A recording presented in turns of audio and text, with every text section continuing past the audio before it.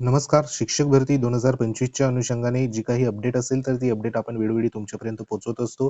तर मागच्या व्हिडिओमध्ये आपण जे काही सध्या तुमचा जो स्कोर आहे, त्याच्या स्कोरनुसार तुमचा जो काही सध्या सेफ स्कोर असेल, तर तो सेफ स्कोर कितीपर्यंत सध्या येऊ शकतो, त्याच्यानुसार जे काही व्हिडिओ असेल, तर ते व्हिडिओ प्रत्येक प्रवर्गाचे सध्या बनवण्यात आले. तर आजच्या ह्या व्हिडिओच्या माध्यमातून जे काही शिक्षक भरती 2025ची पद भरती होणार आहे, त्याच्यामध्ये नेमकी संधी कोणत्या प्रवर्गाला या ठिकाणी बघा जास्त मिळणार आहे.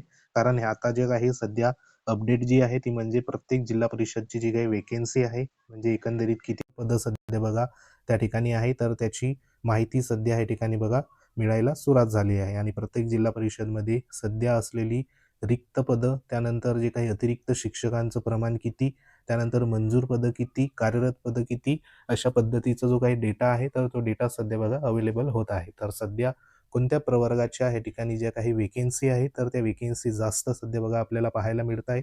तसंच पवित्र पोर्टल संदर्भात जी काही नोंदणी प्रक्रिया असेल आणि पुढील प्रक्रिया नेमकी सध्या स्थिती काय आहे, संपूर्ण माहिती सध्या बघा ह्या व्हिडिओच्या माध्यमातून जाणून घेणार आहोत. तत्पूर्वी तुम्ही जर आपल्या चॅनलवर नवीन असाल तर चॅनलला आवर्जून सबस्क्राईब करून घ्या. बाजूला बेल आयकॉन आहे, त्याला देखील प्रेस करा. तर मित्रांनो, ह्या ठिकाणी आपल्याला माहिती आहे की टेट जी काही परीक्षा देण्यात आलेली आहे, टेट 3 परीक्षा, तर त्याच्यामध्ये सर्वात जास्त जे काही उमेदवार आहे, तर ते उमेदवार म्हणजे ओबीसी प्रवर्गाचे, बरोबर. म्हणजे या ठिकाणी ओबीसी प्रवर्गाचे किती उमेदवार आहे, तर 66,482. म्हणजे ह्या ठिकाणी टॉप वरती जे काही उमेदवार आहे, तर ते ओबीसी प्रवर्गाचे उमेदवार आपल्याला पाहायला इथं मिळत आहे. त्याच्या लगतच जर विचार केला आपण ओबीसी प्रवर्गाच्या लगतच, तर ते म्हणजे ह्या ठिकाणी जनरल असेल, बरोबर.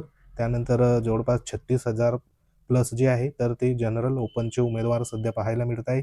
त्यानंतर पुढे जर आपण बघितलं तर ह्या ठिकाणी एससी प्रवर्गाचे उमेदवार आपल्याला 3 नंबरवरती पाहायला मिळत आहे. आणि त्यांच्याच लगत जर बघितलं तर ह्या ठिकाणी एसटी प्रवर्गाचे उमेदवार सध्या 4 नंबरवरती पाहायला मिळत आहे. म्हणजे असं जर आपण इथं बघितलं तर जवळपास ईडब्ल्यूएसचे 9,800 जे उमेदवार आहे, तर ते 5 नंबरवरती. आणि बाकी जे बघा या ठिकाणी NTC असेल त्याचे देखील 9,368 आहे. NTD, त्यानंतर SBC, त्यानंतर या ठिकाणी NTB, VJA हे जे उमेदवार आहे, तर हे 5,000, 6,000, 3,000 अशा पद्धतीने सध्या परीक्षेमध्ये क्वालिफाय झालेले उमेदवार पाहायला मिळत आहे. आता इथं जर संख्या तुमची हजारांवर आहे, म्हणजे इथं ओबीसीचा जर विचार केला तर ह्या ठिकाणी बघा एकंदरीत 66,000 प्लस जे उमेदवार आहे, तर ते फक्त ओबीसी प्रवर्गाचे आहे. म्हणजे या ठिकाणी वेकेन्सी जी आहे, तर ती वेकेन्सी देखील मोठ्या प्रमाणावर त्या प्रवर्गाची सध्या यायला पाहिजे. आता त्या अनुषंगाने आपण जी काही वेकेन्सी आहे, तर ती वेकेन्सी देखील बघणार आहोत. तर सध्या टॉपचे जे काही उमेदवार आहे कॉम्पिटिशनमध्ये, ओबीसी प्रवर्गाचे उमेदवार सध्या असणार आहे. आता ह्याच्यामध्ये संपूर्ण उमेदवारांचं जर इथं ऑल स्टुडंटचं जर मार्क जर इथं रेंज जर बघितली, तर ह्याच्यामध्ये 81 ते 100 दरम्यान सर्वात जास्त उमेदवार सध्या बघा या ठिकाणी 2,10,000 मध्ये पाहायला मिळत आहे. म्हणजे 81 ते 100 दरम्यान. आता ह्याच्यामध्ये कॉम्पिटिशन कुठे असणार आहे, तर हे जे 101 ते 120 दरम्यान ही जी काही कॉम्पिटिशन असेल, तर ह्याच्यामध्ये बघा जे उमेदवार त्यांच्या प्रवर्गामध्ये सध्या टॉपचे असेल आणि त्यांच्या वेकेन्सी सध्या आलेल्या असेल, तर त्यांना इथं संधी बघा इथं मिळणार आहे. त्याचबरोबर सर्वात जास्त जी काही कॉम्पिटिशन जी आहे, तर ती ह्या ठिकाणी 121 ते 140 जो काही गट आहे, तर ह्या गटामध्ये सध्या पाहायला मिळणार आहे. म्हणजे ह्या गटामध्ये सिलेक्शनचं प्रमाण जे असेल, तर ते सध्या बघा जास्त असणार आहे. आता याच्यामध्ये जर समांतर आरक्षणामध्ये उमेदवार असेल, तर त्यांचे अगदी 2 डिजिटचे जरी सध्या स्कोर असेल, तरी तो उमेदवार सध्या बघा या ठिकाणी सिलेक्ट होऊ शकतो. तर ही जी रेंज आहे, तर अशा पद्धतीने उमेदवार सध्या आपल्याला पाहायला इथं मिळत आहे. म्हणजे सर्वात जास्त जे काही कॉम्पिटिशन असेल, जे सिलेक्शनच्या अनुषंगाने, तर 121 ते 140 दरम्यान जे उमेदवार आहे, तर ते उमेदवारांचं सध्या इथं असणार आहे. आता याच्यामध्ये इथं जर संपूर्ण टोटल कॅटेगरीचं डिस्ट्रीब्युशन जर केलं, तर सांगितल्याप्रमाणे ओबीसी प्रवर्ग आपल्याला हायेस्टमध्ये इथं पाहायला मिळतोय. म्हणजे सर्वात जास्त उमेदवार सध्या ओबीसी प्रवर्गाचे आहे. त्यानंतर ओपन संदर्भात, त्यानंतर एससी, त्यानंतर बघा एसटी असे जे आहे, त्यानंतर एससीबीसी असे आपण ह्या रँकनुसार सध्या इथं बघू शकतो, बरोबर. आता एवढे सगळे जर उमेदवार इथं टेट 3 परीक्षा सध्या क्वालिफाय होऊन बसलेले आहेत, तर वेकेन्सी देखील त्या प्रमाणात आपल्याला पाहायला मिळायला पाहिजे. आता इथं तुम्ही बघू शकता 66,000 जवळपास ओबीसी आहे, जनरलचे 36,000, एससीचे 31,000, एसटीचे 19,000, एसबीसी 15,000, त्यानंतर ईडब्ल्यूएस 9,000 आणि उरलेले जे काही 12% उमेदवार आहे, VJ, NT, C B D जे असेल ते सध्या बघा हे आपल्याला इथं पाहायला मिळत आहे.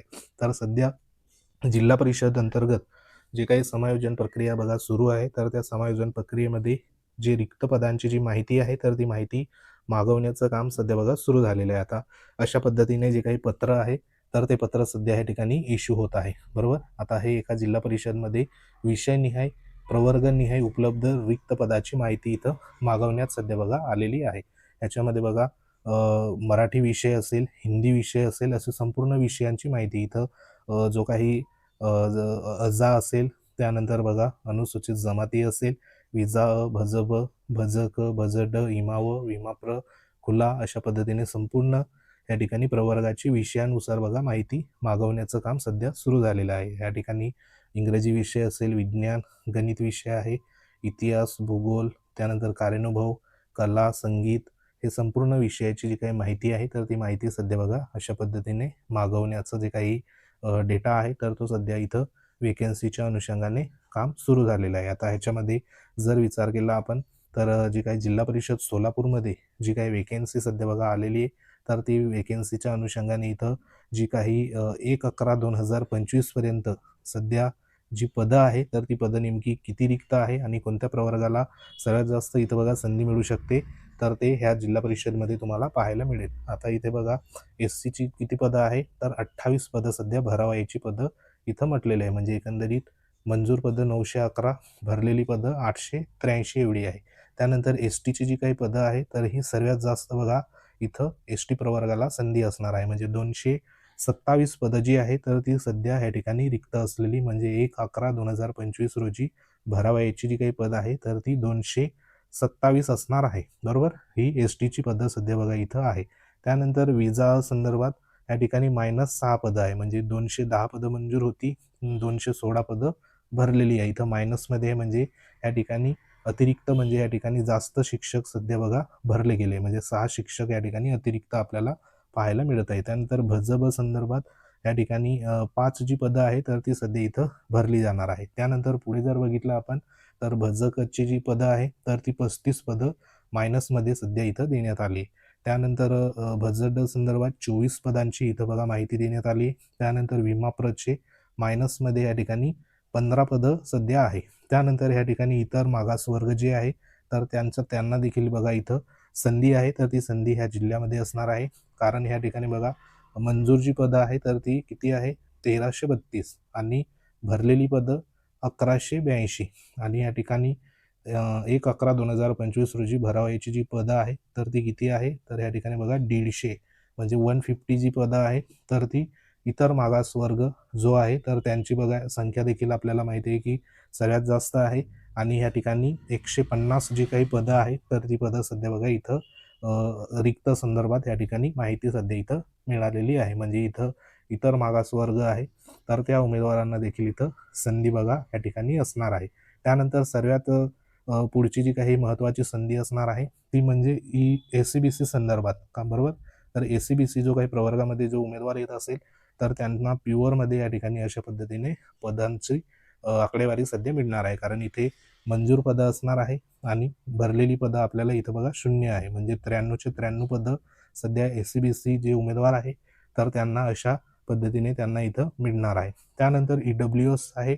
ई-डब्ल्यू-एसची देखील बघा इथं एका जिल्ह्यामध्ये 90 पदं सध्या पाहायला आपल्याला मिळत आहे. म्हणजे ई-डब्ल्यू-एस जे उमेदवार आहे, तर त्यांना देखील ह्या ठिकाणी संधी मोठ्या प्रमाणावर पाहायला मिळणार आहे. तसंच बघा ओपनचे 47, म्हणजे असे काही प्रवर्ग सध्या कमी जास्त जर बघितलं इतर जिल्हा परिषदमध्ये, तर त्यांना सोडून जे काही सध्या इमाव असेल, एस-टी प्रवर्ग असेल, एस-सी असेल, ई-डब्ल्यू-एस असेल, एस-सी-बी-सी असेल, तर ह्यांना मोठ्या प्रमाणावर संधी सध्या अवेलेबल होणार आहे. आता ह्याच्यामध्ये जर समजा भजकचे मायनसमध्ये आहे, बरोबर, विमाप्रचे मायनसमध्ये आहे, परंतु इतर जिल्हा परिषदमध्ये ह्यांची पदं सध्या बघा असणार आहे. म्हणून ह्यांनी देखील इतर जे काही जिल्हा परिषद असेल, तर त्या जिल्हा परिषदमध्ये जशी अपडेट येईल तशी तुमच्यापर्यंत पोहोचवण्यात येईल. परंतु सध्या तरी आपण ह्या ठिकाणी आकडेवारी जर बघितली, तर 1 ते 2 जिल्ह्याची सध्या आकडेवारी आलेली आहे. तर ही आपण एका जिल्ह्याची आकडेवारी बघितली, त्याच्यामध्ये एस-टी प्रवर्गाला हे जे सध्या बघा 227 पदं आहे, तर ह्या जिल्हा परिषदमध्ये सध्या बघा या ठिकाणी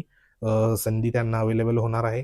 तसंच जे काही इतर मागासवर्गीय उमेदवार आहे, तर त्यांना 150 या ठिकाणी वेकेन्सी आहे, तर इथं बघा त्यांना देखील संधी मिळणार आहे. एस-सी-बी-सी संदर्भात 93 आहे, त्यानंतर EWS संदर्भात 90 पदं आहे आणि ओपन संदर्भात 47.